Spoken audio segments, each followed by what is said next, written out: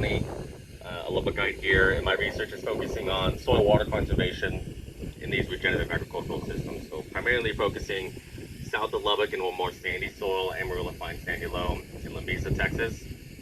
But there I've been evaluating soil water dynamics in these conservation systems. So one of the systems we have is a continuous cotton system with a rye cover crop in no tillage. And then the other one we have is similar to this rotation here, where we have a cotton, wheat, and fallow rotation. So in that system, we are planting cotton into wheat stubble, and then after cotton harvest, we will plant the wheat, take that wheat to harvest, and leave it fallow for about 10 months until we plant cotton again into that wheat stubble. So the way that we measure soil moisture is we have a field calibrated neutron probe. So what that is, it's a radioactive probe that I'll take out into the field. And in the field, we've installed aluminum access tubes that go down to 1 meter deep. So they're about 2 inches in diameter. And we'll drop this neutron probe into the access tube and measure the amount of hydrogen atoms that are in the soil in 15 centimeter increments. And so we are associating the hydrogen atoms with the water that's in the soil. So with that, we can very accurately measure the amount of water in the profile, the cumulative water in the profile, and then very accurately measure the amount of change in water in those systems over time.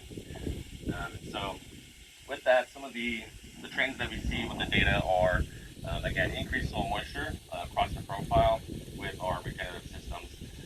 The interesting trend we see and the big concern we have, or that producers have in this region, are the depletion of soil moisture in the profile with the cover crop before cotton planting.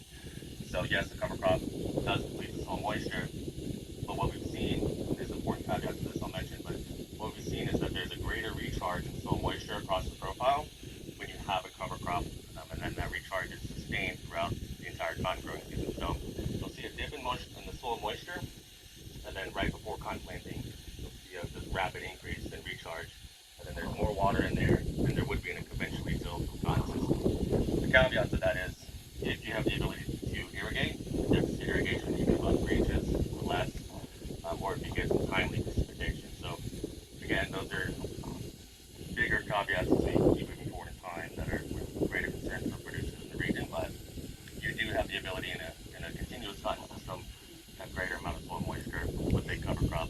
The cotton wheat fallow rotation, on the other hand, because of that 10-month fallow, we have a huge amount of time to recharge the profile. We have good cover, we have good soil structure, good infiltration.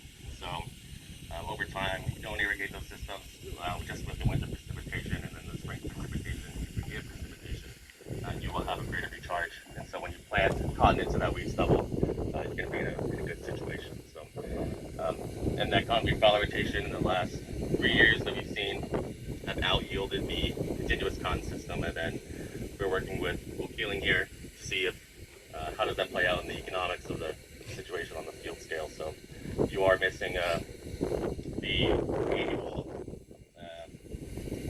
the annual economic benefit of having continuous cotton, but does that increased yield outweigh the benefit? So that's something that we're still evaluating today.